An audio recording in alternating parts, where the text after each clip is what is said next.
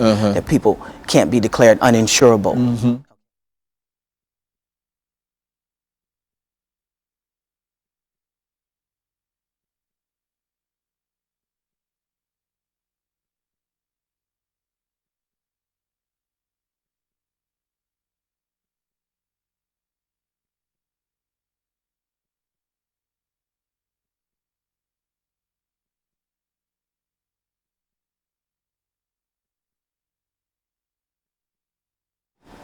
Thank you and welcome back to the second segment of the show for today.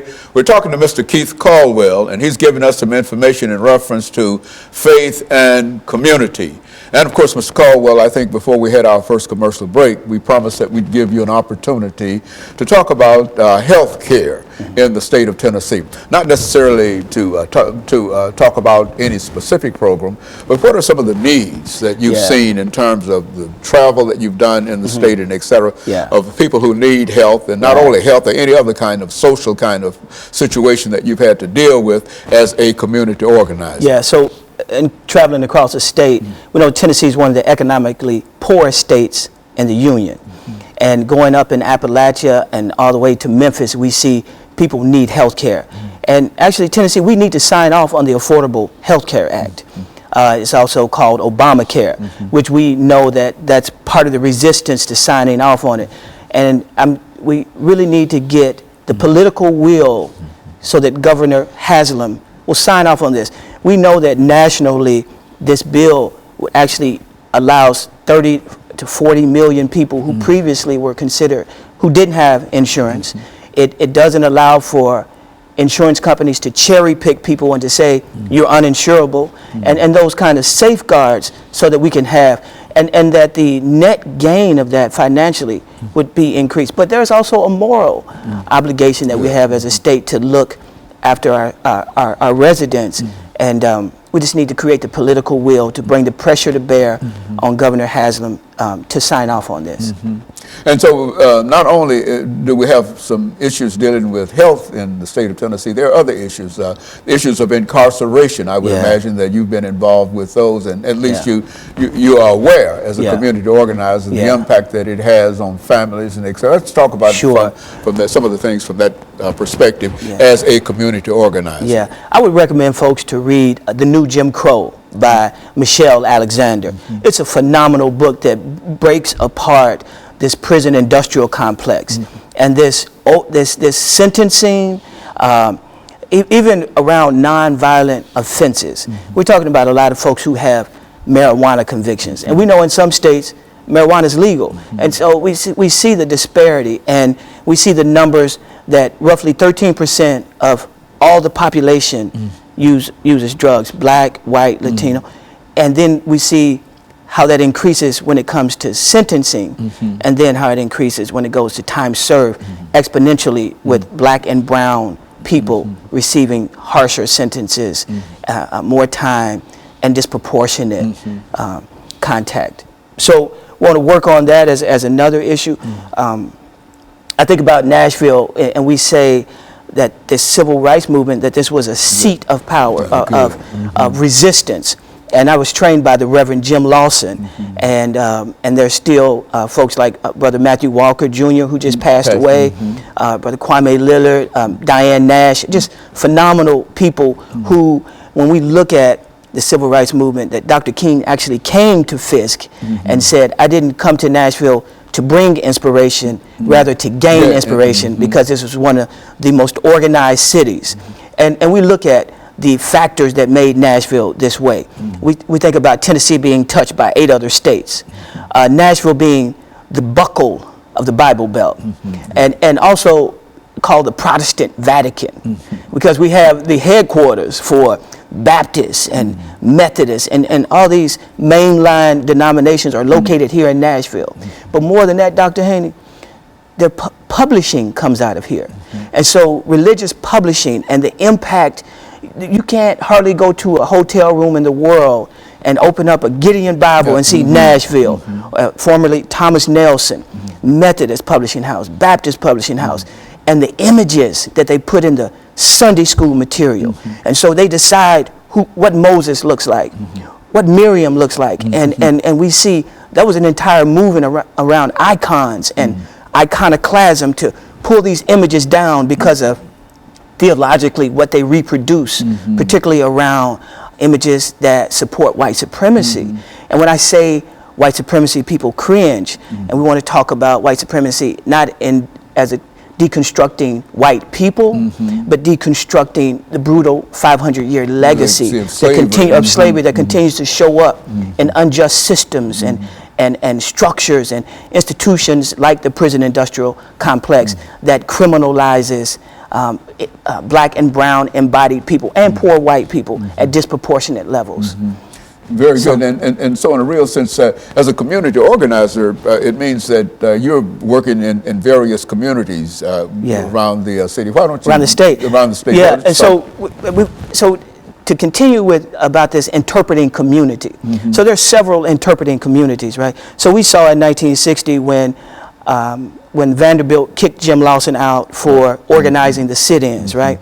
Then there was an interpreting community with American Baptist College, Fisk, Meharry, and Tennessee State University that interpreted scripture very differently, right? And so these are two interpreted communities in the same city, right? And it depends where we are seated determines where we stand in a lot of issues. So we see these interpreted communities even today, and how do we create a narrative if we are in faith that reclaims, particularly the Christian faith, the life and ministry of Jesus. And we think about that.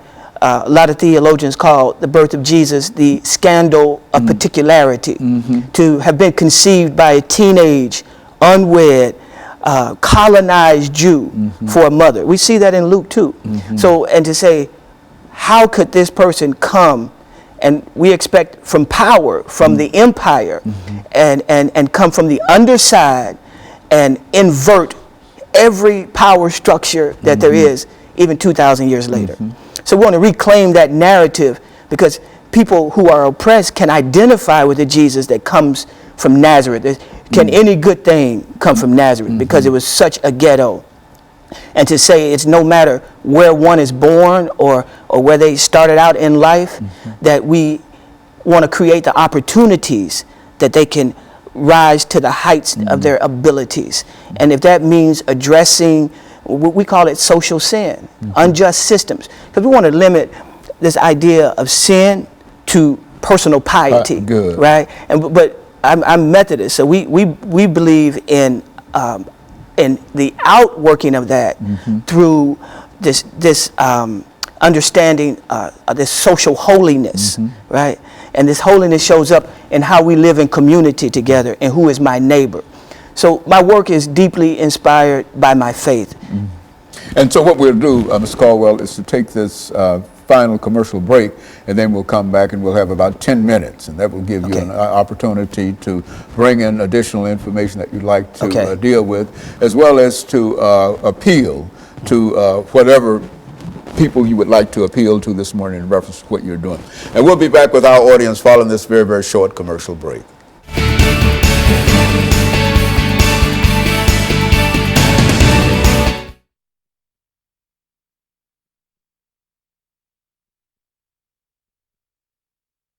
About individuals, former felons. Talk about gentrification, man. Housing, affordable housing. You can see that all around, and you can see that all around, especially over in East Nashville and wherever you go. It's killing a lot of folks. Yeah. I wouldn't mind talking about Black Lives Matter. Hey, you can talk about it. That's 10 minutes, you know.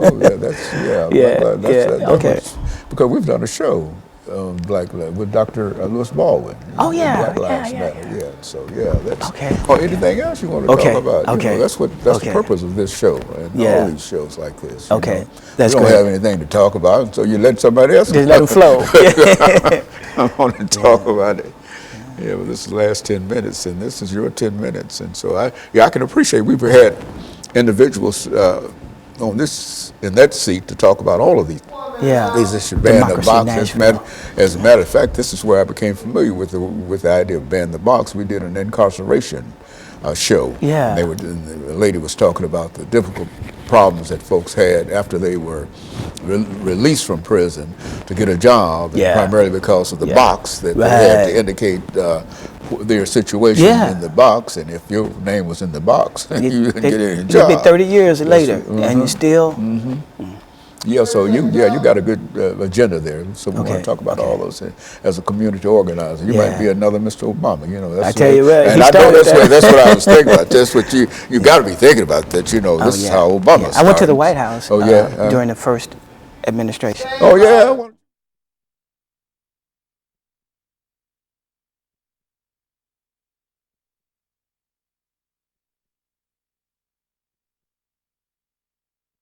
Thank you, and welcome back to the final segment of the show for today. We're talking to Mr. Keith Caldwell, and he's giving us some information in reference to religion and faith and religion. And so, Mr. Caldwell, let's pick up where we left off before we had our second commercial break, dealing with religion and faith, or faith and religion, however you wish to pursue it as a community organizer, and some of the issues that you have found to be of importance that our audience ought to know about today. Yeah, I'd like to direct folks to some of the work done around affordable housing.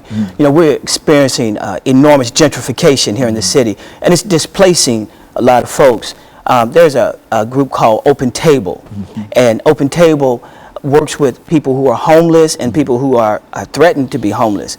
We think about there are 200 people a day moving into Nashville, right at 60,000 people a year, one of the 5 top cities in America. But it's really a tale of 2 cities. So we see maybe Charlotte Avenue as the line of demarcation, and this affluence on the West End side, and then North Nashville, particularly with the 28th corridor being open, being just so rapidly gentrified that people are being displaced. And there was a rally this past week that folks are doing. Fort Negley, people were camping out because the mission is so filthy they don't want to go to military. Is that why they are not there? Is the mission situation that bad? They a lot of the folks who are living at Fort Negley said because of the and the restrictive manner that it's run. So I mean, we appreciate the work that the mission is doing, but we want to make sure that folks have affordable housing. You know, and Nashville's Table. Open Table is doing some great work around that. I want to encourage folks to connect with them and to just participate in any way that they can to help support the work, the incredible work. So they're pushing for public policy. There's the Bill Barnes Fund that the mayor, Megan Barry, who I think she's a wonderful person, and she's also a politician. So we have to make sure that we're creating the political will for her to move, and creating the opening so she can move through, and because I think that she really would like to do the right things, but politically that there's no backlash that comes on her for doing the right thing. So we want to make sure we support that. I was thinking about Ban the Box that Democracy Nashville has been working on. It's brought Kenneth Kane and some others that, so Ban the Box is this on the application asking about a felony conviction, and with any governmental job, we want to delay that question to maybe the last interview. We're not saying to not disclose at some point, but if you check that I have a criminal record on most applications, interview after this, thrown out the door. I understand. And some of these things are 20, 30 years old.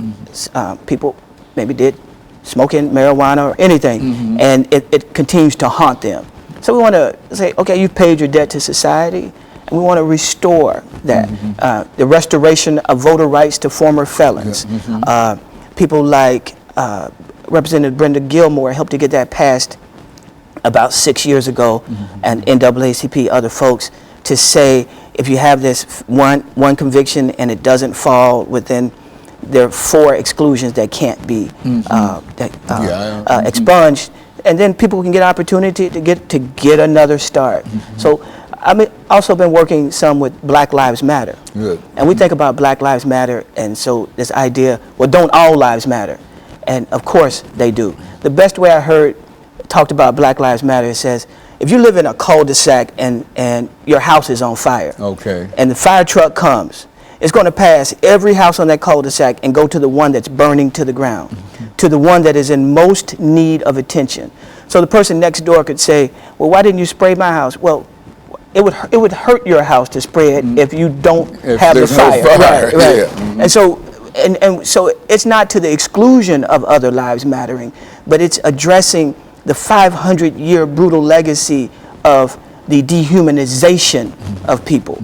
And so on this continuum, it places all human beings back on what it means to be human, so that no one is dehumanized and economically exploited. It is also an echo of Jesus when he says that every human being is created in the image of God, in the imago Dei. As you're talking about being made in the image of God and after the likeness of God, then we need to respect everyone's humanity, and we all benefit when all human life is respected. Well, now, Ms.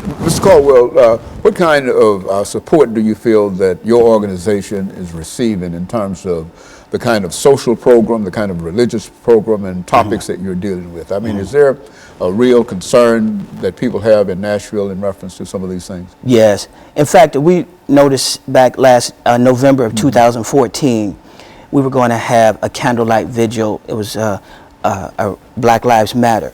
And that same day, the verdict came in on I Can't Breathe, Eric Garner. So we were expecting, on Facebook, we had about 70 people who signed up. And that was at 6 o'clock p.m. We were going to hold candlelight vigil in front of the downtown police precinct. Well, at 5:30, we had 300 people. At 6 o'clock, we had 700 people. And 30 or 40% of those people were well-intentioned white people who brought their children, their 10-year-old son and 8-year-old daughter, and said, you know, I've benefited from white supremacy, but I know what it's done to me, like that it contorts my soul, and I want to undo that, and I don't want my children to experience that. And so we're here. And so that's a reclaiming of one's humanity, you know, despite this system that does that. We knew that the folks were a little restless, and so the vigil turned into a march. It was a nonviolent march downtown. So we went down Broadway and we were coming up through the honky tonks, and so here we are coming up the honky tonks, and people stumbling out and hearing Black Lives Matter from a 95-pound white woman with her 2 children, and so, but we see this as a human problem, and that when we do better, we all can do better. And so the interrelatedness of our humanity, and not to just, you know, we look at the current election and the vitriol that's going on, and who can be the most angry and the most fearful. And that's no way to be in community. So we want to have a love ethic that recaptures our humanity. And Nashville would seem to be an excellent place for that to start. In view of all of the religious, I think you've mentioned earlier, all the religious institutions, whether publishing institutions, churches, and et cetera, and et cetera. So this would, in a real sense, be the Rome, in a real sense, of the Black Lives Matter movement. And there's a group called Surge, and they are white anti-racists, doing fantastic work. And the same factors that were here in 1960 are the same factors that continue to make Nashville a beloved community, or a potential site for beloved community. And so in a real sense, Mr. Caldwell, as we end this show for today, we've got about a minute and a half. In a real sense, you think that some of the work that you and others are doing really has an impact in terms of making people more aware of what is going on, affordable housing, health, incarceration, and et cetera. These are all some of the issues that you're dealing with in order to try to improve society and, in a real sense, bring religion and faith together. That's right, and particularly in the face of this prosperity gospel that is being preached around, if you believe God, then you can have a Mercedes-Benz in your driveway, and it has no critique of unjust systems. It has none. And it's a failure, and it's about this individualistic, capitalistic Christianity. About, you know, it's really like I make a deal with God.